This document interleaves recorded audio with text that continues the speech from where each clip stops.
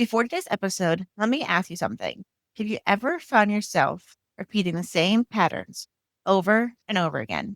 The same relationship problems, the same self doubt, the same habits you promised yourself you'd change year after year? What if the issue isn't that you're lazy, broken, or lacking willpower? What if your mind is simply running an old program that's never been updated? Today, I'm joined by hypnotherapist and self described mental mechanic, Scott Rust, to talk about why we get stuck in mental loops, how subconscious patterns are formed, and what it takes to finally break free from them. And he has an amazing way of how he tackles these issues, and I can't wait for you to hear them. So let's dive in.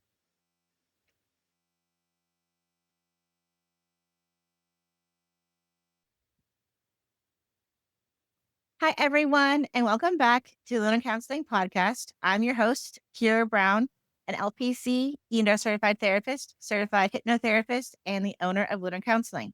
This podcast is a space for grounded, real conversations with therapists, healers, and guides about the deeper layers of mental health, trauma, embodiment, and what it truly means to heal in an integrated and sustainable way. Today, I'm so happy to welcome Scott Rust to the podcast. Scott is a certified hypnotherapist, an NLP practitioner, and a GM, which is game master. Describes himself as a mental mechanic with a deep love for storytelling and what he calls nerd nonsense. Scott brings a creative and approachable lens to personal growth and healing work. The core of his work is the belief that everyone has something that grinds their gears, those internal patterns, thoughts, or experiences that keep them stuck or out of alignment. Through his work, he helps people identify this pattern, gently work through them using tools that blend subconscious work, language, and imagination. He has spent years helping people better understand themselves and create meaningful shifts in their lives, offering a perspective that is both insightful and grounded, while also being engaging and relatable. Scott, I'm so glad that you're here. I'm sure we're going to have a fun conversation today. Lovely to be here. Excited to be here. Thank you. Gonna be a fun time. Yeah.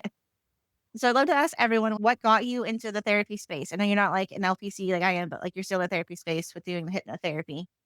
So what brought you here?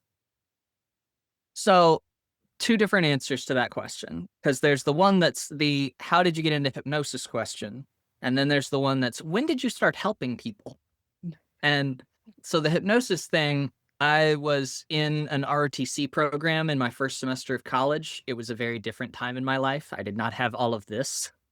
But I found that there was an evening of, quote, mandatory fun, which means you have two options. You go and you do what they tell you to, or you stay in and you do push-ups. So I went because it was much more of an easy time to do that. It was like, yeah, okay, that's a no-brainer choice. Yeah. I went to the show and it was a stage show. It was a hypnosis stage show. And the guy did lots of stuff that was just really fascinating. But at the end of the show, he told everybody, now I have had enough of people coming after me and being upset and embarrassed and angry and whatever else. I'm not having you chase me. So, all of you that were on stage with me, you will not remember anything until you get out the front doors. I'm parked out back, so I've got time to get away. None of you are going to remember anything until I get out the back door and you get out the front door. When you breathe fresh air, you will remember it all. And he got his laughs and he took his bows and he woke everybody up and he left. And there was this guy, his friends met him at half court. They were all excited. It was that was great. That was so funny. That was so stupid. That was hilarious. All this stuff. He's got a blank look. Just 1,000-yard stare. The lights are on and nobody is home. Huh? What are you talking about? What happened? When did the show start? Where does the guy go? What happened? What's going on? What are y'all talking about? I didn't do anything, man. Eventually, they get him out the front door, and it's a light bulb moment because he's in the gym and he's continuing to deny, I didn't do anything. Nothing happened. When does the show start? What are you talking about? We're not done. What time is it? He hits the door, and his first words are, holy shit, it worked. What the fuck? And I'm just like, huh. Okay. So that's enough proof to believe, okay, this is not just Hollywood mumbo-jumbo nonsense. This is a real thing. So I started studying and started learning and started researching. And then it's the question of, so when did you switch from the entertainment aspects to being like, oh, this can fix stuff? And that was basically when I finished going through college. I had started first semester an ROTC program in North Georgia. Did not last long in that. Changed everything and made lots of different ideas and switches. But eventually, I got to Lee University and was graduating with a theater degree because I love performance and I love stagecraft and I love storytelling. And as a theater person, I did not have finals the way that my business accounting friends had, or the way that the pre-law students had, or all of these other friends that I had made throughout my time there that were really stressed and really overworking themselves and really thinking that it was better to stay up all night and pull all-nighters during finals week to keep studying than it was to just get sleep. And I was like, this is very bad. Oh no. Oh no, that's not good. Yeah. So I quickly taught them a couple of things that I had learned about how to deal with a headache faster, and just spoke some words in a very calm and soothing tone, understanding that the problem was very real but very stressful and that it wasn't going to be helped without getting some sleep. And suddenly they felt a lot better. I was like, huh, I need to work on doing that more. Yeah. That is interesting. Like you went to an ROTC program, which I know it's like military because my husband's in the military, so I know like that world, and it's a lot for that. And like you All went of the like discipline, all of the structure. yeah, and you went like a hard left. Yeah. Well, that's right. Sorry, Hard shift. Nope. Yeah, Nope. We're going to flip everything about that. yeah. So you graduated with a theater degree. So talk to me a little bit about that. Then, like with your theater degree, like what was your overall goal for what you wanted to do with it? So the wonderful thing about theater is it's all performance anyway. And the other unfortunate thing about theater is I graduated in the fall of 2018. So then I had 2019 to be looking at work and figuring out what I was going to do and trying to find a job. And then the plague hit and all theater was shut down for several years. And I was like, oh no. So all of a sudden, that idea for a job went out the window for a while, and I didn't get back to it for a bit. I'm still thinking it's a possibility someday, but it's more of a, that's a dream that's not dead. I just have to water it some more. But that one is firmly backburnered because the plague happened and the world fell apart. So I had to make adjustments quickly and decide on a new strategy, which became first teaching in foreign worlds, because it was just like, oh, yeah, no, you're a native English speaker and you have an up-to-date passport and you have experience with kids. We would love to have you come visit. So I actually was in China when the plague started, because I was there in November of 2019 to start a teaching job that had a contract for 2 years. Oh my God. It ended up not working out. And I didn't get back to the US until September of later the next year in 2020, when things were really bad. Oh my God. Yeah, it was a time. It was a time. Like the world is like closing down, and you're in a whole other country, away from any like family support, friend support. Where I do not speak the language. Yeah. Oh my gosh. Yeah. To say I was traumatized is an understatement. So realizing and recognizing the importance of mental health became very clear to me in the self-evidence of my one room that was an apartment that was on the 4th or 5th floor. One day I looked out over a city of 3 million and there was no movement. There were no cars driving by. There were no mopeds cycling on the little sidewalks. There was no delivery happening. It was just a dead city in the beginning of March of 2020. And I was looking out at what looked like the world had ended, and I was like, is the world still happening? Are there people out there? It felt like a zombie apocalypse movie. It was Right. wild. It was truly wild. So I went a little mad in my one room apartment for quite a while. And then I got back to the US. And as part of that, I then started figuring out what are the next steps of what I can do. So then, after I got back again, because I went to Spain for the 23-24 academic year, loved that. Spain was a wonderful time. A lot better when you understand more of the language, just for the record. Yeah. But that was a fun time too, and I enjoyed it. And then I got back again, and I was like, okay, so I've got to try to figure out a job that I can do from here rather than having to go across the world again, and also not being able to have any of my stuff and living out of a suitcase. So I thought about what I am proficient in. I thought about what I am good at. I thought about what I could figure out how to get certifications in rather than a college degree that, while very good to get, was not necessarily helping at that present moment with the job searching. And I decided, oh, there was that stage show. That was a good time. What does it take to become a hypnotherapist? And I started searching that up. And sure enough, here I am. It's been a while and I've been working away at it, and I have learned even more in the past 3 years than I had learned in all of the past 10 or 15 before that, probably. But it's been a very educational time, and it's a very good business to be in. Yeah, I love hypnotherapy. I love using it with my clients. It's so healing. What when you do work with people, do you have a specific niche that you like to work in, or is it just like super broad? It's a little of both. As a mental mechanic, I tell people it doesn't really matter which tool I'm using. It matters if you can get back on the road and get to what you were doing, because that's what most people really care about and want. So I have been advertising that I have two products. I have bad thing go away. I have good thing how get.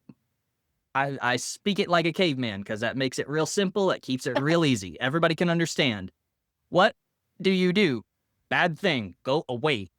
Good thing how get. Want.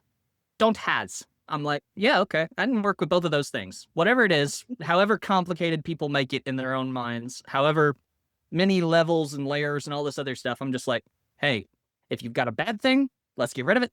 If you've got a good thing and you don't know how to get more of it, or you want a good thing but you're not there yet, let's go. We will find the path. And I can work on both of those things. So my target clients are the people pleasers, the helpers, the supporters, the people who have trouble with setting their own boundaries or with telling people no, because I like to work on helping the helpers to make sure that they're not running empty. My Mhm. father is a minister who retired a couple of years ago, and I have seen in real time what happens when somebody who is a leader in a community is suddenly no longer in that community multiple times now. And every time it feels crazy how fast things fall apart when it's just like, why did nobody else step up? Why was nobody else helping? What happened that these other people, like the supports should have been there? It's not like it was a surprise. He told people he was leaving, usually with months in advance, and things still collapse. And I'm like, this cannot be the way that this is. This should not be done this way all the time for everybody.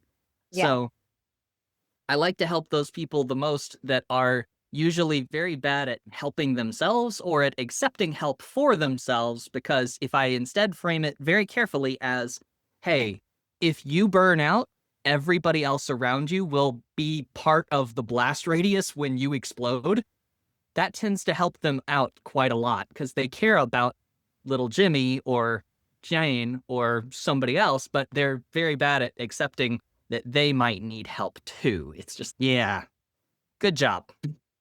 Way to go, overachiever, super you. Well done. Let's make sure that you're not actually ready to collapse, because if you did, that would be very bad. Yeah.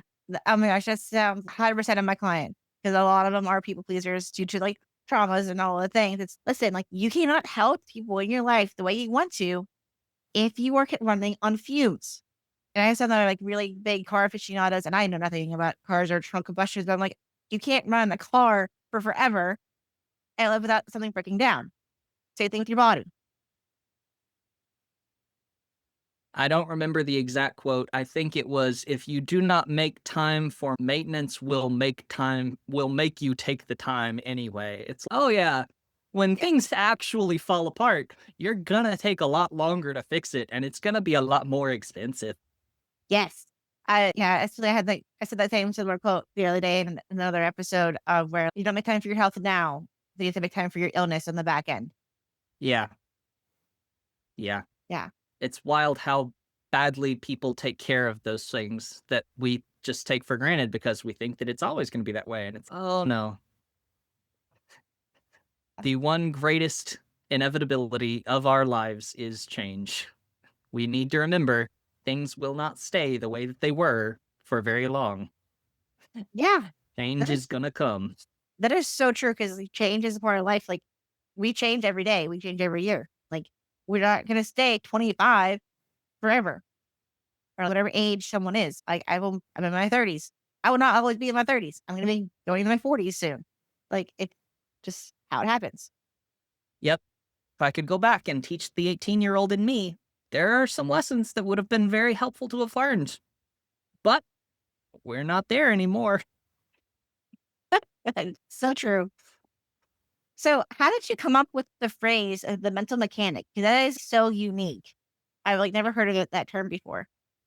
So the number one thing was I went through the training with a company called Transform Destiny, and one of their key things was you have to make sure that when you go to start marketing yourself, you are not someone that they put in a box. If you say, I'm a plumber, I'm an HVAC guy, I'm a car guy, whatever it is, if the people can put you in a box immediately because they already know what a plumber does, they already know who an electrician works with or for, they already know, oh, I don't need a realtor right now, then they stop listening. It's not like an active choice, it's just a subconscious decision of just like, you go in this box. Good to know. Thank you. But if you give them something that makes their brain curious and they get a question mark instead, where it's like, you're a what now? Wait, you do, huh? Then suddenly it gets more interesting and it's a longer conversation. So I went with mental mechanic because the metaphors that we have surrounding cars here in the US, especially, is just, it's such an easy place to start pulling all of the different analogies. If life is a highway, then your mind must be your vehicle. So, how do we get back on the road if things break down? Or, when's the last time you checked your engine? Your check engine light has been on for a while, hasn't it? It's, oh no, wait, but I was ignoring that. It's, yeah, you were, to your detriment. We should probably get you in for a tune up. And that's the other thing. I can word it like that very easily, where it's doctor, patient, long time, treatment, whatever. It's just, we need to have a little tune up here. Or something's grinding your gears. Oh, somebody's got a screw loose. It's, oh, all of the different analogies, all of the different metaphors. It all comes back to mechanics in a very clear, simple way. And so I really like it because it makes it really easy for me to then put it into terms that people understand in a much simpler way.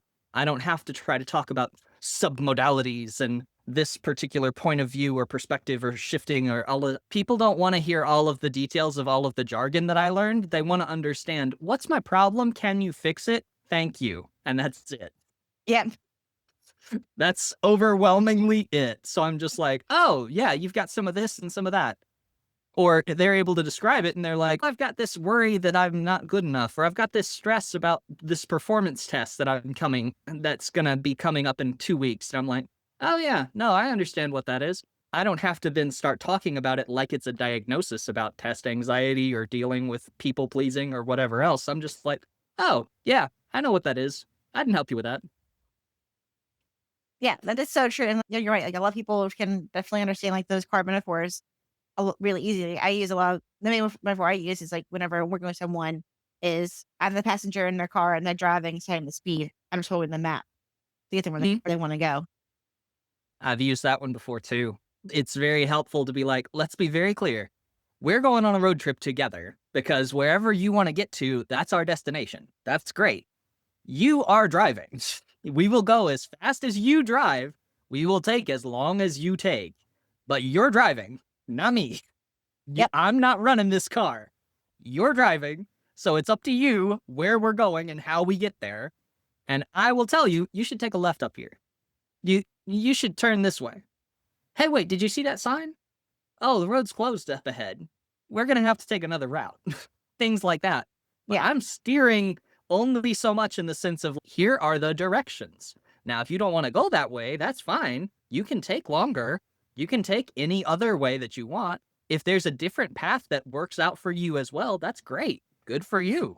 But I have the little map that I made up when you said, I want to get here. And I looked at it and said, this road takes you there, this road takes you there, this road takes you there, and I can help you get there because I know all of these roads. That's how it works. Yeah.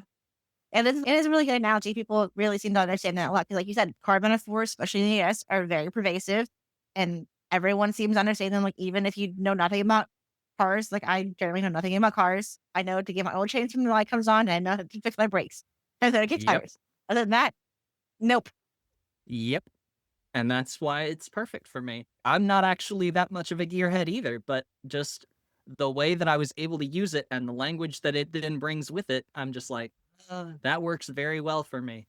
I like it. It's simple, it's straightforward, it gets people the message and they're able to understand it, while it also gives that curiosity of, so wait, what does that mean exactly? Or, so where are we going then? And I'm like, where would you like to go? What do you want to get to? Yeah. What other tools are in your toolbox that you love to use with people other than hypnosis? I am the certified hypnosis practitioner, certified hypnotherapist. The NLP practitioner gives you a lot of other tools as well, like the understanding of the different submodalities, the different ways that our brains process thoughts, the way that we're able to communicate, and what happens with communication. I don't know where it came from exactly. I was told by my mother that it was there are always 4 or maybe 5 conversations happening at the same time simultaneously anytime 2 people are talking. Because there's what I said, there's what you heard, there's what I think you heard, there's what you think I said, there's what was actually spoken, which may or may not actually be what I said, because if I say I said this, then they play the tape back. It's no, what you said, these were the exact words, all of this other stuff. It's the layers of communication that go into a simple conversation, which can be so much more complicated than people are ready to deal with. But when you know all of that and you have those layers in mind, you are then able to listen more carefully when people are talking and having problems, or when there's something that's a struggle or something that's not fitting in together and it doesn't mesh. It's, oh, you keep saying it's their fault because something. And it's just, no.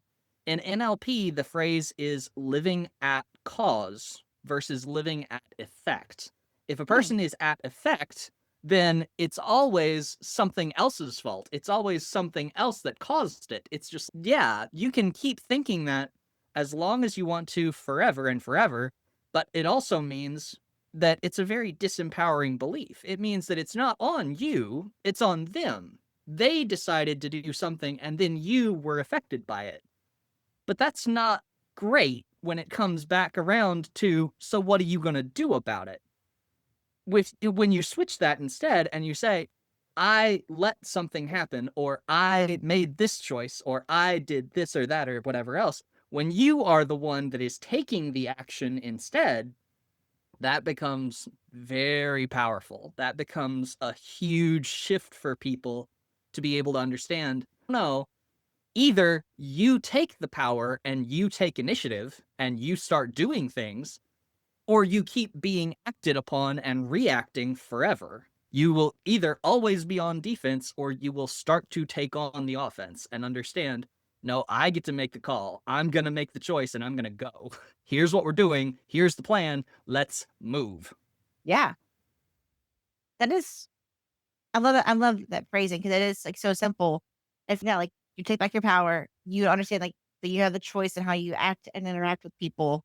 You don't have to always have to be the one reacting. You can actually respond, which is so empowering and makes life so much easier whenever you are responding rather than reacting. My father gave a sermon illustration once many years ago where he explained that the etymology of the word responsibility. He was making this up entirely. I don't believe that this is actually the origin of the word responsibility. But if we take the word responsibility and we make it a compound word, we break it back in half and we say it is your response ability, your ability to respond. That is what you are in charge of. That is your responsibility. And everything else is not. Everything else, not your problem.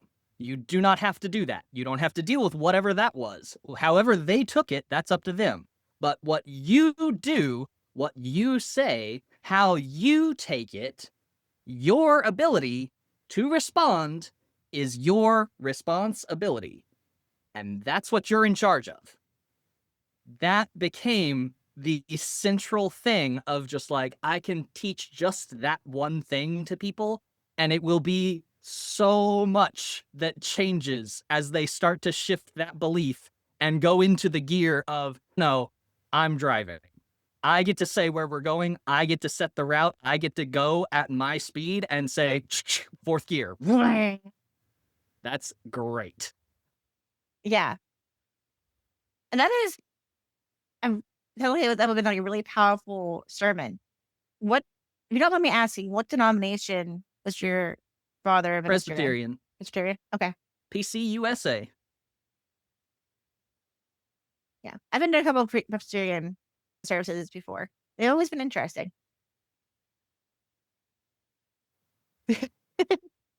But your dad told he was a really good minister whenever he was I doing it. certainly think so. I think he did a great job with it, and he Yeah. has now retired and is working on other things, which is good, and he needs to be.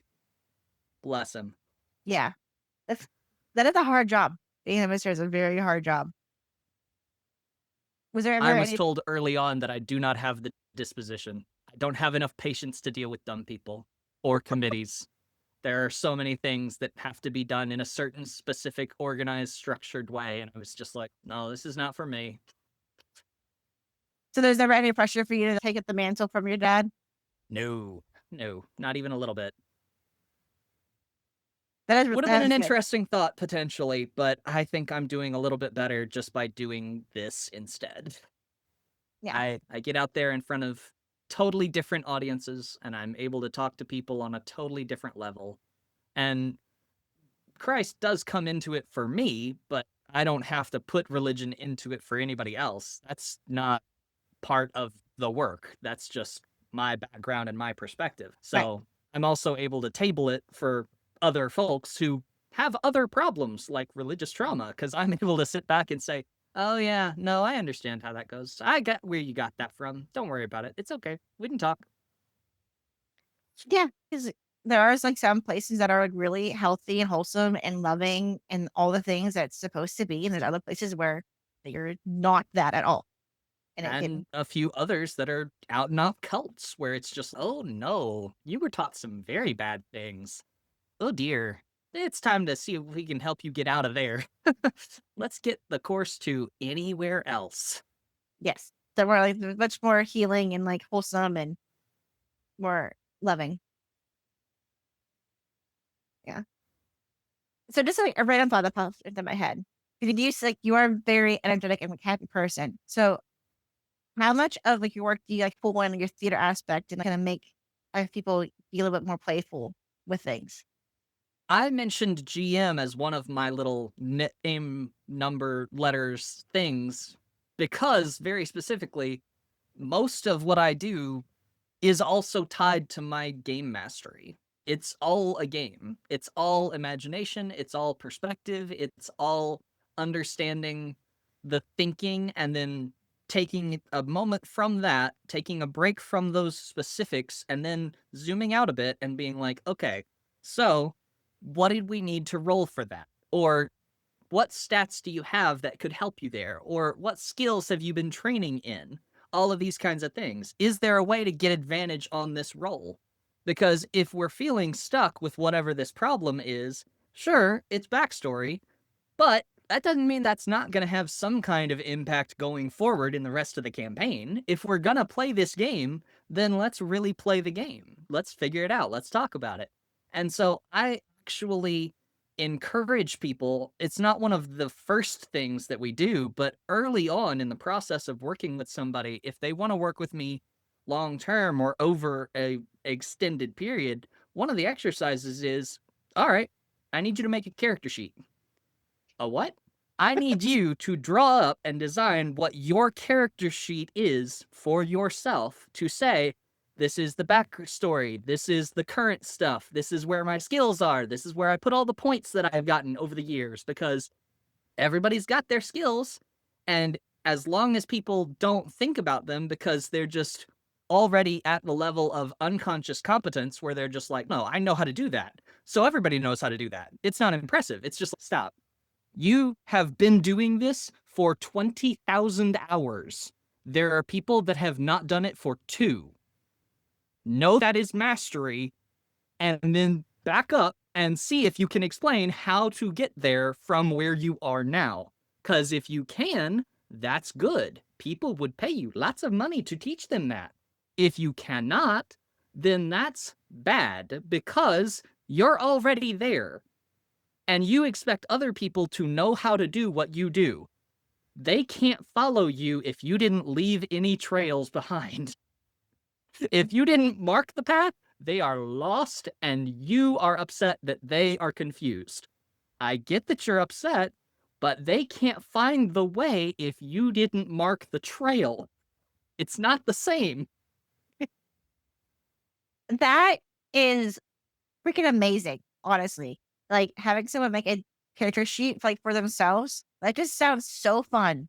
And, like, I'm thinking of, like, my character sheet for my own D&D character right now, like, this one I'm currently doing, I went a little bit bad with this one, and just because it was just something fun to do, something to be a little bit different. But to do to actually have as, like, who I am as a person, that would be really cool. I think it really helps people to take a moment to really break down what are their skills, just to sit there and think about, so what have you already practiced? What are you already good at? What have you let lie for a while, but also could probably come back to? What are these things? Like, all of these different things come together to make up what a person is, who a person is, what they then decide that they can be or can do. Because if they don't see themselves as having potential to do more, to level up, to go to the next thing, then all of a sudden it's just, I can't do that, or I'm not brave enough, or I don't have the strength to do that, all this other stuff. It's no, what did you write on this sheet? What's right here? What's coming at next level up? Because you will get experience points. You will keep doing the game. The game will keep playing. And either you are going to be an active participant and start going for it, or the world is going to keep sending things to attack you because you have to defend what's already yours. There's no safe zone, neutral ground button where it's just like suddenly everything is on pause. The game goes on. Trying to play as Switzerland will not work in the long term of, no, I declared neutrality. Yes. And no one else around you heard that declaration or cared. Yep. Yeah, life does not care if you don't want to engage. It will force you to engage in some way or another. It will make life uncomfortable until you decide to pick up what you know and run with it. Yeah. And it works a lot better when you pick it up and start moving rather than waiting for it to let you get up. It will keep kicking you while you're down. Yeah. Go move. Make a decision and run. So, whenever you have people that you work with do their own character sheets, do they do it with you in session, or is it like a solo thing to do outside of session with It you? can go either way. I usually would assign that more as a homework thing because it's just, they'll take time with it. They'll have to think about it. There'll have to be a lot of processing and their own understanding of, so what do I have that are skills that I actually am good at? What do I have that are things that I haven't thought about that I'm really aware of now because, oh, I've done that for 20,000 hours. Oh, I've been doing this since I was 14 and I just didn't realize. It's, oh, yeah. Because it also opens up the possibility of looking at the little flaws section and saying, what are my problems? Let's sit and be honest and be uncomfortable and take real time to be aware about things that make us uncomfortable. Because when they do that, it helps for me to know what it is But it doesn't help if I'm sitting there over their shoulder looming, or they feel like there's a hard time limit. I usually give that and just say, go forth, take this, do the thing, and come back. And then when they come back, either they have done it, well done, and they get praises for that, and I get to see what they wrote, or they have not done it, and then I get to say, cool. So, one of the flaws, procrastination. One of the other flaws, possibly conflict avoidance. Now, where did those come from, and why did you decide to lean into the flaws instead of your strengths? Because if that was a character choice, that's fine. You can do that. You can make those choices intentionally, and then it's okay. It's part of the story. But if you're not making those choices intentionally and they just keep happening, then you're not being honest with me. Those choices don't just happen on their own. It doesn't happen in a vacuum. You are living at effect. And if you continue living at effect, instead of saying, I want to be cause, I want to have the power, I want to take initiative, then all of a sudden that gives me a lot of information about this particular client to be like, I don't know if this is going to work, bud. I gave you a homework assignment and it was less than 2 pages and you didn't have to write an essay about it. You just had to fill out a character sheet. Yeah.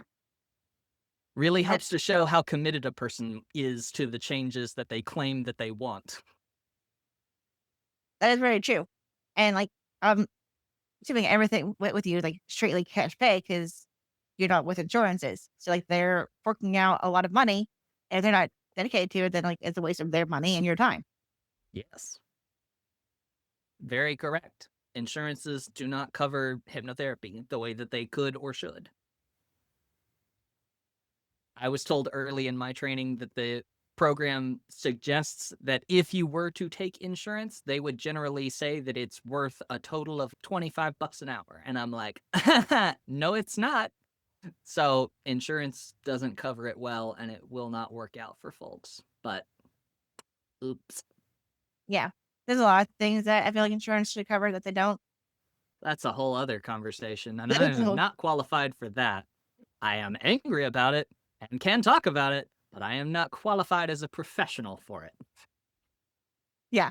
I disagree with you about them not wanting to pay for it, because even whenever I use it myself in sessions with clients, I have to change the verbiage in the notes just so it's insurance doesn't think that's just doing that, even though it's like mine. It's like these different wording and all that fun stuff. But anyway, so that sounds like that's super cool though. Like you have that kind of, in a sense, what am I looking for? It is a test for them. Okay, you say you want this thing, you want to get here. I want you to show me that you want to get here by giving you this really short, really easy thing to do to prove to me that you want to do it. And if they don't, it's okay, then you really aren't ready for this change. Yeah, makes it really simple. Makes it a yes or a no, very quick, very easy thing to look at and sort through.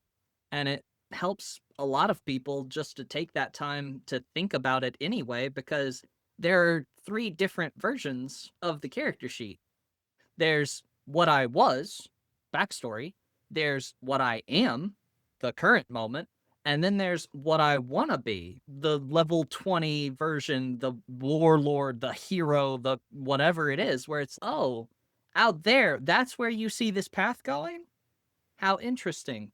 Now, when are you going to put down the farmer's implements and take up a sword and go adventure? Because every day that you spend here on the farm with Aunt Beru and Uncle Owen is not bringing down the Emperor.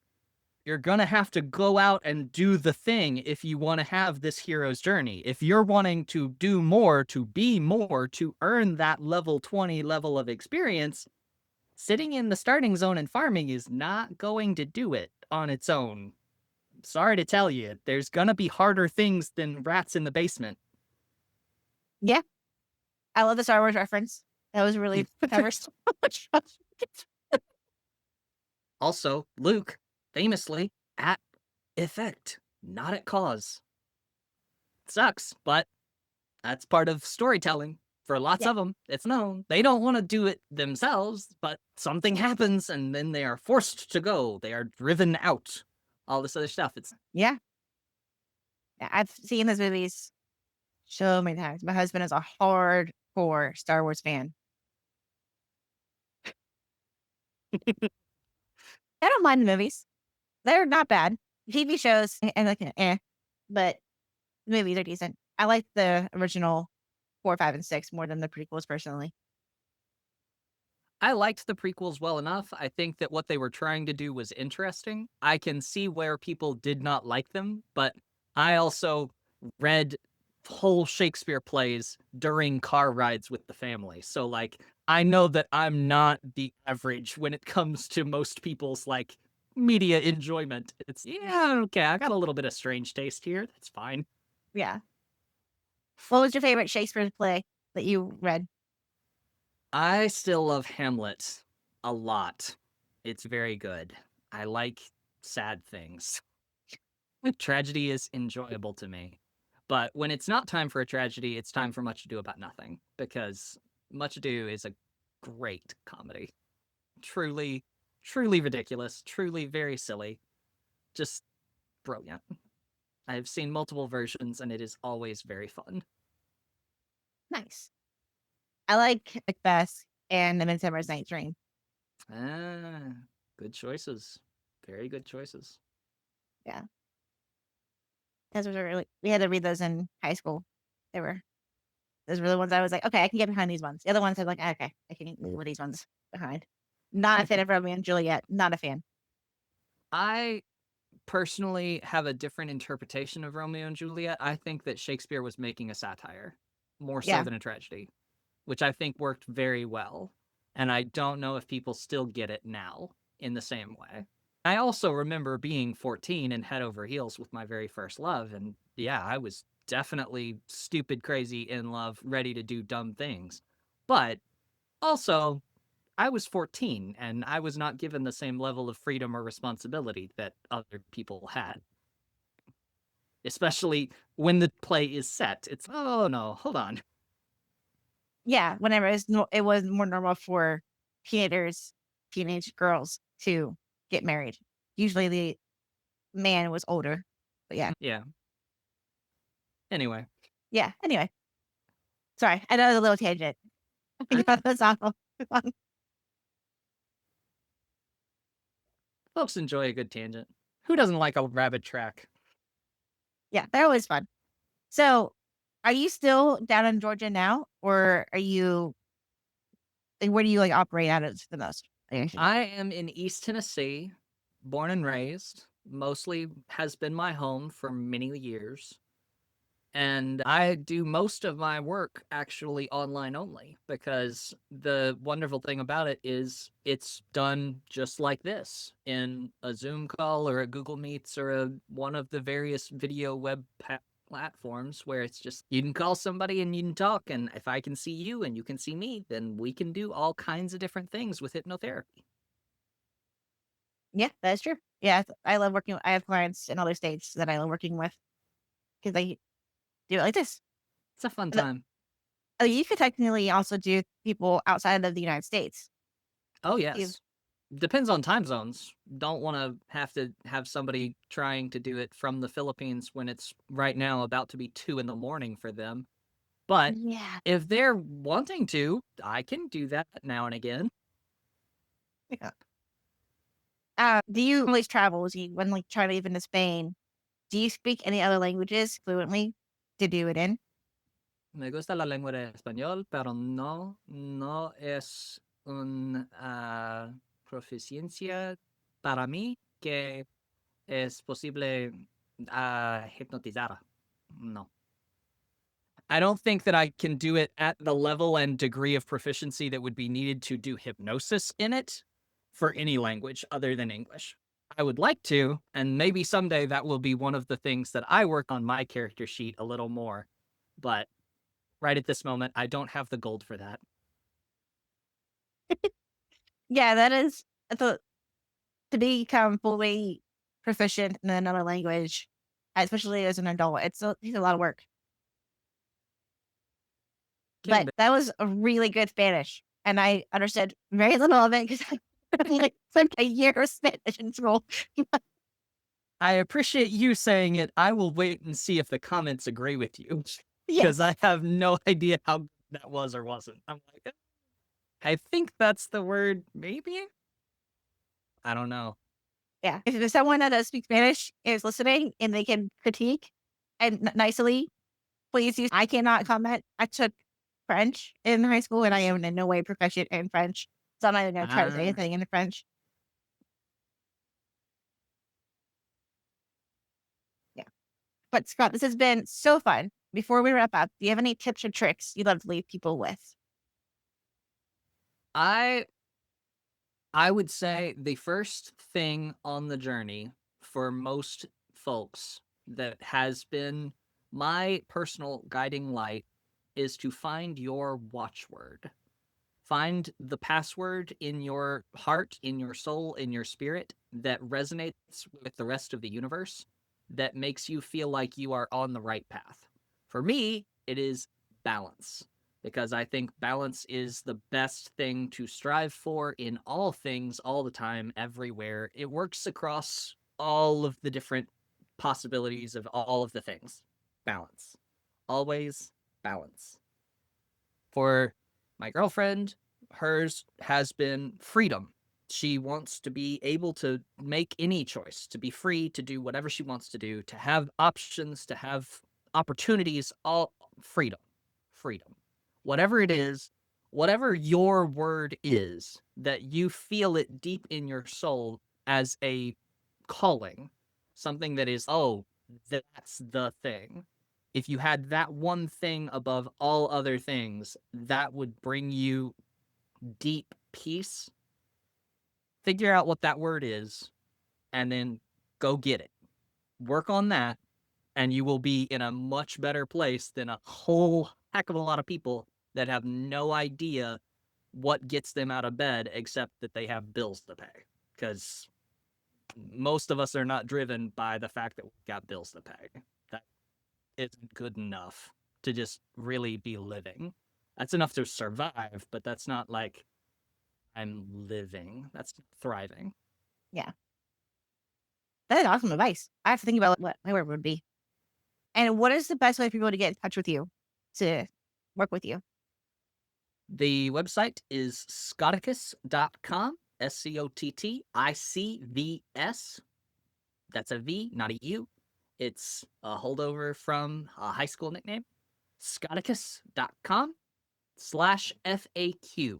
The FAQ takes people to what I think is the best place to begin with the questions that I have already answered many times. Makes it just a little bit easier for me if you have already read that page. If you start anywhere else on the website, that's also fine. Scotticus.com/FAQ. Valid. I understand that pain. Like when maybe you have something written numerous times or you said it so many times. Can you please just read what I have written? And then, It's not, usually for me, it's not even, can you please just read it? It's more just, how many different ways do I need to say this same thing for everybody to have heard it and for me not to be sick of saying it? Because if I start to sound like I'm being robotic or actor who has over rehearsed the lines, then it's, yeah, this is boring for me. I know it's your first time hearing this conversation, but I have had this conversation 450 times last week. So it would be great if somebody else makes sure to go ahead and get a little further down on the same page as me by reading the FAQ. And then you will be that much farther ahead in being able to actually work with me on whatever stuff you want to work on. yeah. Awesome. I'll have all your links down below too in the description and then a picture of the video for people to watch as well. But if you guys loved hearing what Scott, gosh, I can't talk now. If you want to hear what Scott had to say, reach out to him because he sounds like an amazing time and he can help you with whatever you want to do. So, thank you guys so much.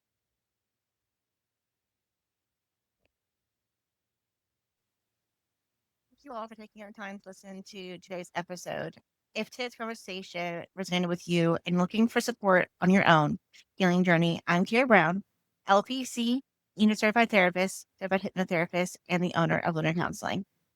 I provide virtual therapy for adults in Pennsylvania, Vermont, Florida, and South Carolina, specializing in trauma, anxiety, EMDR, hypnotherapy, and therapy intensives. You can learn more at my website, lunar-counseling.com, or schedule a consultation through the link below. Thanks for listening, and I'll see you in the next episode next Friday. Don't forget, if you want to stay in the know of when the next episode is live, hit the subscribe or follow button down below, and you'll be notified when the new episode goes live in your time zone.